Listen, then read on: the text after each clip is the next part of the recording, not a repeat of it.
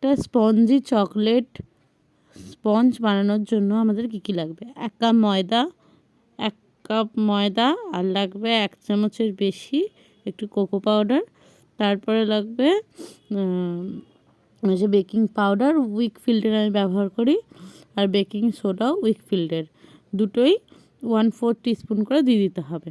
দেখো আমি দিয়ে দিয়েছি। এরপর এগুলোকে ভালো করে চেলে নিতে হবে।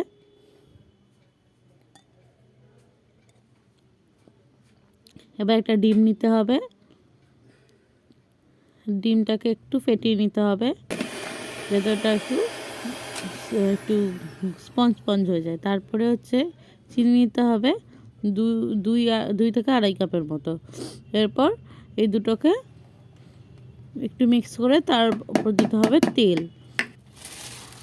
1/2 কাপের জন্য 1/4 কাপ তেল দিতে হবে। তারপরে ব্যাটার দিয়ে দিতে হবে, যে শুকনো উপকরণগুলো ছিল ওটা দিতে হবে, আর একটু এসেন্স দিতে হবে। এরপর এগুলোকে ভালো করে মিশিয়ে নিতে হবে। দেখো আমি কি সুন্দরভাবে মেশাচ্ছি। তারপরে এটা হচ্ছে আমার কেক ওভেন, তোমরা কেক ওভেনে নিতে পারো কিংবা মাইক্রোওভেনে নিতে পারো। মাইক্রোওভেনে 180 ডিগ্রিতে তোমরা বেক করবে। তারপর ওটাকে রেখে দিলাম, আগে থেকে ওটা প্রিহিট করা ছিল। এবার ওটাকে রেখে দিলাম আধ ঘন্টা কি 1 ঘন্টার জন্য। দেখো আমার পরিষ্কার বেরিয়েছে, আমি কাঠে ঢুকিয়ে দেখলাম। আমি আরও একবার দেখিয়ে নেবো, আরও দুবার।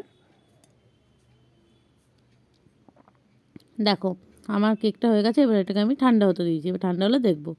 ঠান্ডা হয়ে গেছে, এবার এটা আমি টিপে টিপে দেখাচ্ছি। দেখো স্পঞ্জ হয়েছে, ভালোই স্পঞ্জ হয়েছে। এবার দেখো আমি টিন থেকে বের করে নিয়েছি, সুন্দর হয়েছে না? আচ্ছা, এটা আমি ক্রিম কেক করেছি, পরের ভিডিওতে আছে।